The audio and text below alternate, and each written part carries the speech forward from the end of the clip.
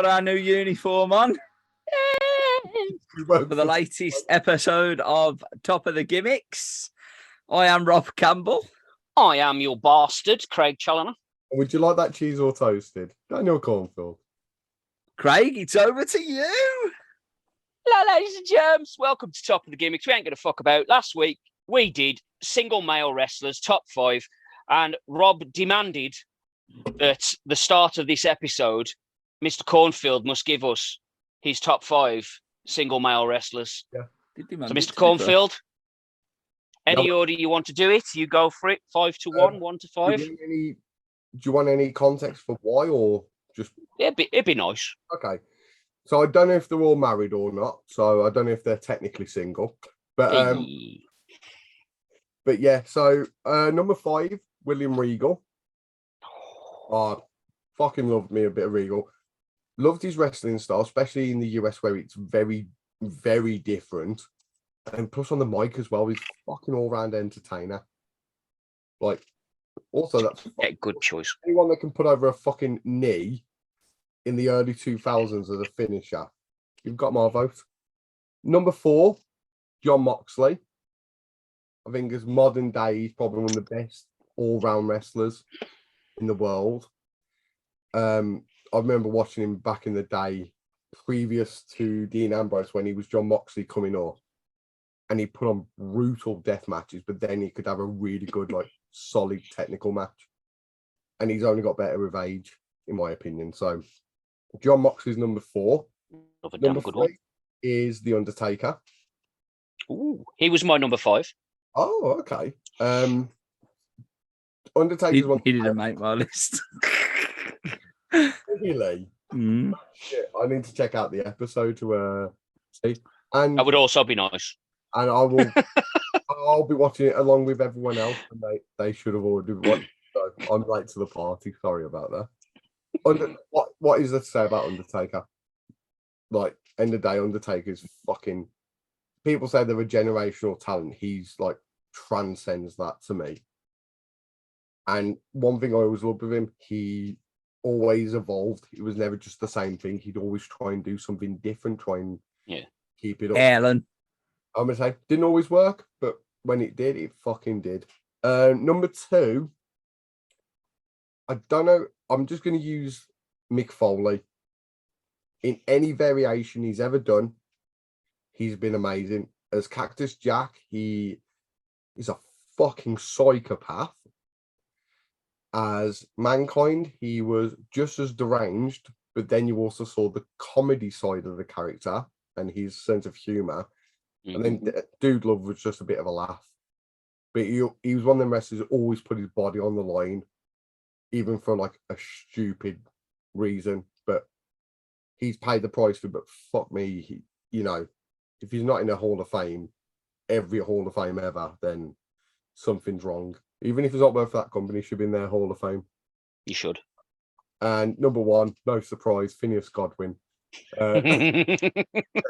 Called Sting. Purely because he was the wrestler that got me into wrestling. He was the first wrestler I ever gravitated towards. And again, a wrestler that always tried to evolve with the times. And it's still awesome to see the fact he's in his 60s and he's still wrestling. If anything, he's probably pushing harder now. So I always love to see that. So yeah, that's my top 5 men's. Number 6 would have been Chris Jericho. Okay. An honorable. What have I become? Mainly because of the theme music. But yeah, that was my top 5 single men's list. I love the William Regal shout. Yeah. Doesn't get Love enough. that. I don't think he gets enough love, especially as a technician. I think he's amazing. Yeah, he is. Yeah, no doubt. It's good. I like that. It's good. So, okay. I was just saying, if Rob wants you to drop on it, like, we know what he's like. He likes jumping on other people's shit, shitting on their lists. We have a fan reach out to us and was like, "Oh, this is my list," and Rob went, "Yeah, I'm going to shit on that." Yeah, I did. But we are here this week for the other side of the mail, and that is the female. So we're doing single female wrestlers top 5 this week. And Donovan, we will allow you to kick this one off for us. So let's go. So I will start with my top 5 woman. Dave Schultz, how you doing? I've gone with Alundra Blaze. Because might know her as Medusa in WCW, but Alundra Blaze to me was a wrestler who she pioneered to a certain degree that sort of style of wrestling, especially in the early 90s when you didn't get a lot of female wrestling, or if you did, it was piss poor. Yeah.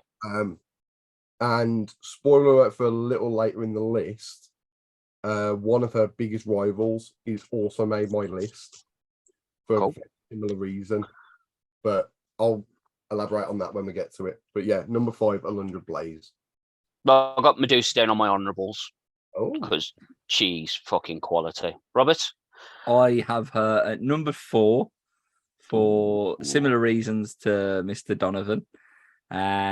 She's also a Hall of Famer. Let's mention that.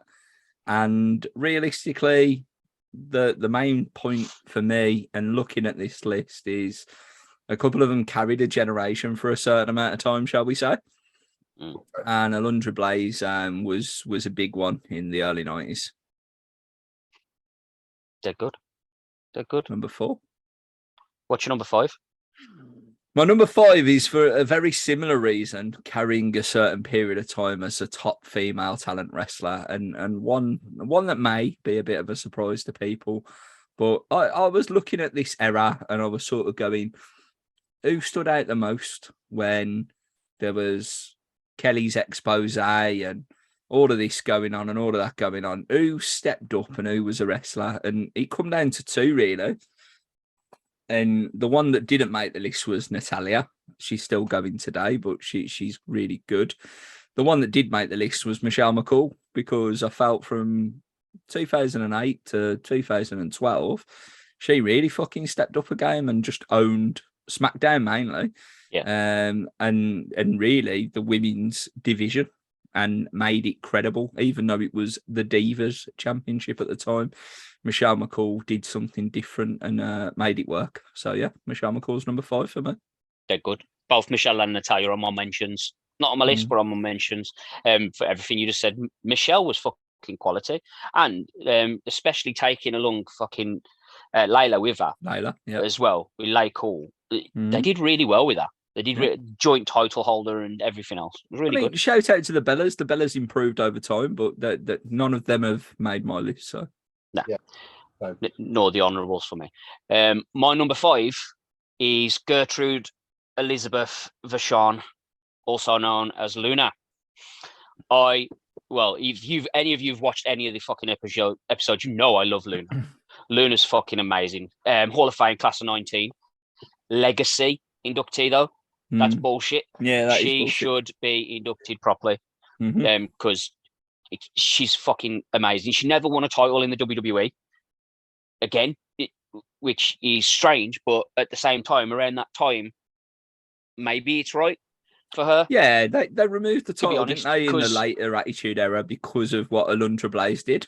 Yeah, so okay, fair enough. I'll take that. She won titles elsewhere. She had a fucking 2 interesting runs at one at ECW, one at WCW. They was both very short, but they were fucking good. She had a short run with Medusa on WCW TV, which was fucking quality, and they banged out some serious matches. And that's why Medusa ended up getting a fucking mention for me. And in ECW, she had a fucking great cage match against Steven Richards. Yeah. Which, again, was fucking good. And she could do it all, man. She was quality on the mic, in the ring, character, everything. Luna, loved her. She's my number 5. So, my number 4 is Mickie James. This is where Trish nearly sat in. And then I thought about it, and I was like, you know what? No, Mickie tips it for me. Mickie is a 6 times champion in the E. 5 women, 1 diva, 4 times in NWA, in TNA. She's Hall of Famer, like, without doubt. That's happening. The crazy fan gimmick that she kicked off with coming into the E as well was fucking amazing. And personally, I feel like that enhanced Trish as well. That helped Trish just as much. It was fucking brilliant. She's amazing. She needed something like that at the time. It was a perfect time, perfect person. Yeah. And she's brilliant. She's still class today. And the other thing as well, which she's amazing with, is there's a page on Twitter called Wrestling Porn. And Wrestling Porn tweet out pictures of fit divas and in situations and whatnot. Mickey James always retweets them and comments. And it's dead good. I fucking love everything about that hot mama. So Mickey James is my number 4. Rob, do you want to go next for your? No, actually, no. You've already said your 4, haven't you? Yep. I'm glad you're keeping up, Don. So my number 4 is previously mentioned one of Alundra Blaze's biggest rivals, Bull Nakano. Ooh. Bull Nakano is fucking fantastic. Everything from the look to the way she moves. She was a bigger girl, but she could still move. Like that leg drop, that like Tennessee Jam leg drop she did off the top. It's got such extension. Also, I don't think, especially in Japan, there wasn't a wrestler like her at the time who was wearing more like sort of Grebo, sort of proper going into like a rocker gimmick. And then I think the first time I ever watched her was WWF at the time against Alundra Blaze. I've gone back and watched my holy shit. Like, if you learn nothing else from our list today, check out Bull Nakano. Also, now she's a golf player. She's a professional golf player. So Just going to say, I've got her on my honourables and I've got it in brackets. Now plays golf. Yeah. Brilliant. She has. Yeah. Yeah, Bull Nakano is number 4 for me. Like, They're good. Wrestler. Rob, number 3. Okay. A big one. Big one. China. Ooh, okay. Yeah, so China is my number 3. And I think it's similar to what you said when you mentioned The Undertaker, Don. What can you say about China? Because although she's not on the same level as The Undertaker, she is for certain reasons. And women's division into men's wrestling, she did it all. She was a pioneer for a time and stood out massively, including in pornos. So, yeah, China is my number 3. Dead good.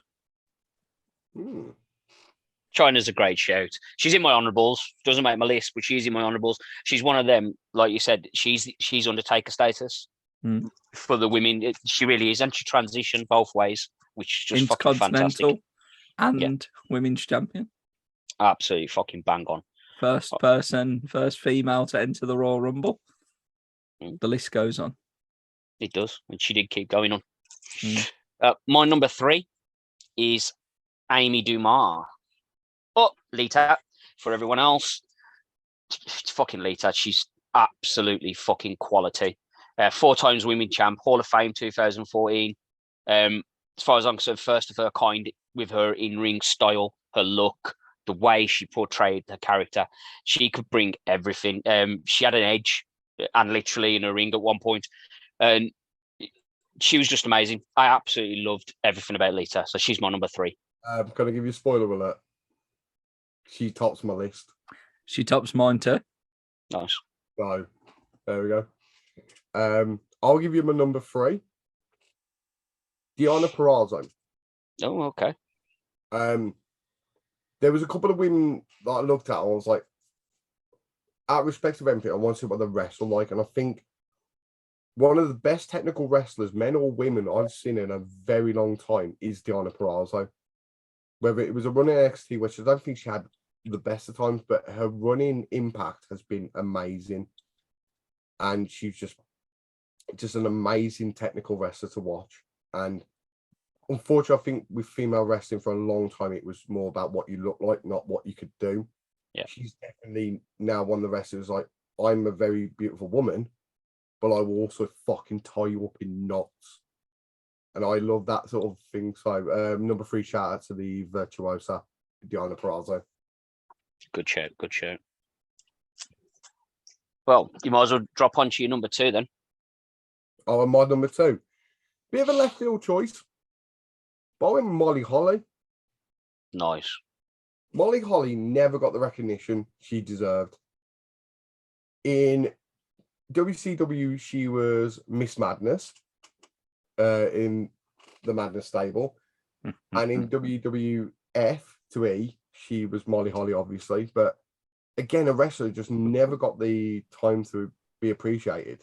I think she was ahead of the curve when it comes to women who could actually wrestle. Yeah.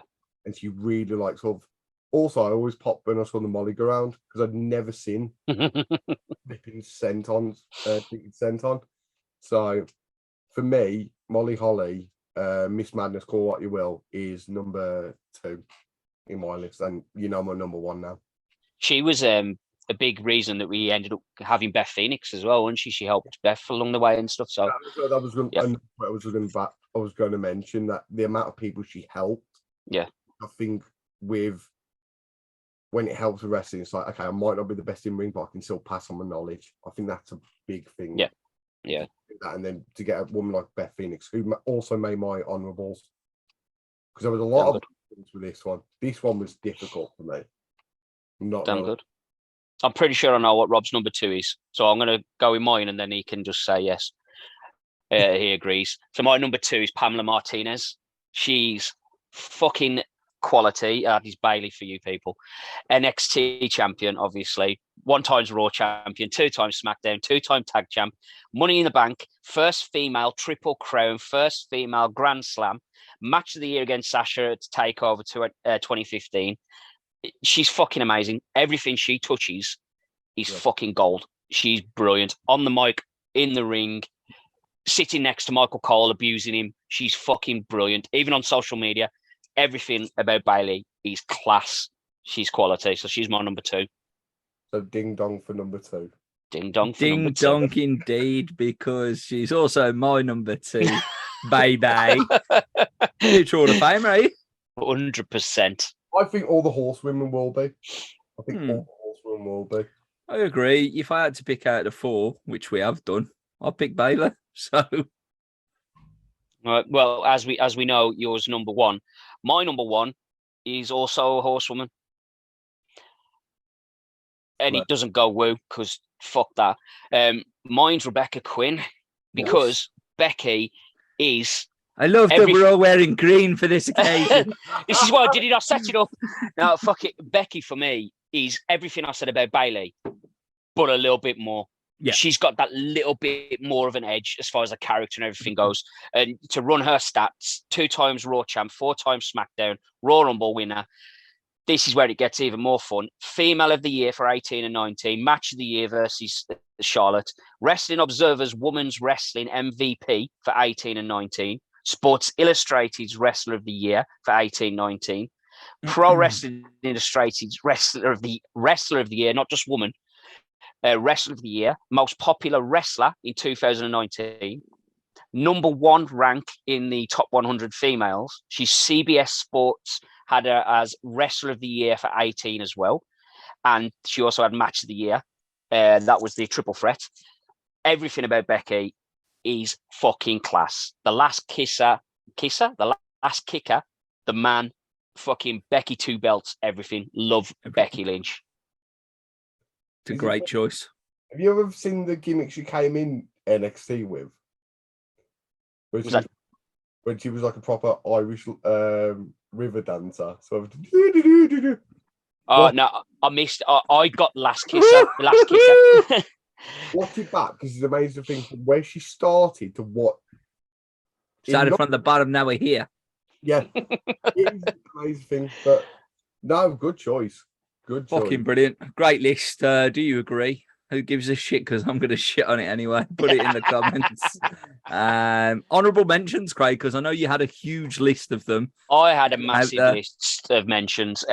Alicia Fox, for me, is so fucking underrated. She's dead good in the ring, and her character, whatever they did with her, whether she was working as a counsellor for Edge and Vicky Guerrero, or she was fucking being absolute psychotic later on at the end of a fucking run, she was amazing. Didn't get enough credit. The look that you give Craig when he mentioned Alicia Fox, right, would have been the same look that I potentially give you for Barroso. I'm not even saying that correctly, but underrated at the end of the day. I think is the theme there. Yeah, I was going That's where I went with her. Underrated. Like saying, I was like, actually, yeah, everything she did was. She paid her dues. Yeah, so She did. Like I said, she started off as a fucking psychiatrist for Edge and Vicky, but it worked. It went where it needed to go, and she fucking ended up dead good. Yeah, it's all went Pete Tong. And if you watch Tough Enough as well, she beat the living fuck out of the women on that, which was also fucking dead good because she fucking laid that shit in.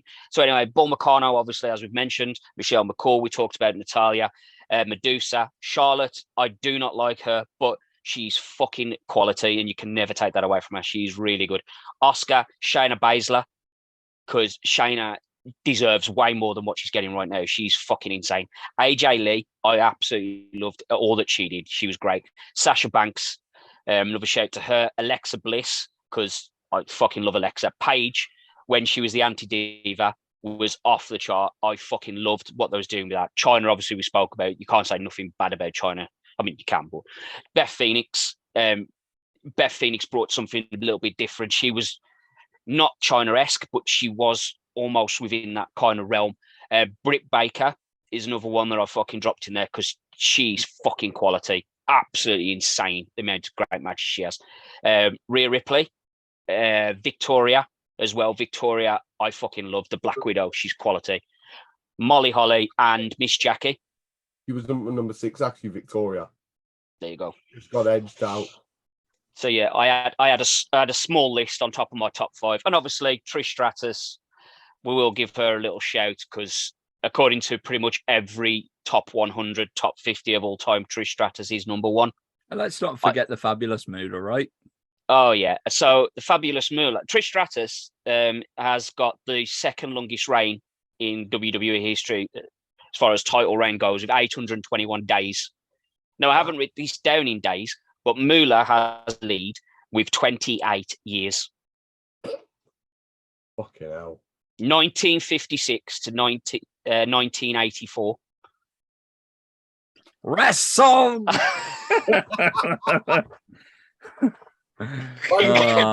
That's an insane stat. That is an insane stat. And for more insane stats and questions, maybe you should check out Testing Rayman. I've been Rob Campbell. I am your bastard Craig Challoner. Plugging it like a fucking switchboard, Daniel Cornfield. May have noticed we didn't spin that wheel. Whoops, my bad. So we're adding that wheel on now. We have spun that thing. It is on there. Check it out. Get ready for next time. Don't forget, check out all the socials. Hit us up on Facebook, TikTok, Twitter, YouTube, Instagram. We're on everything. Like it, share it, comment, subscribe. The whole gimmicks. Peace.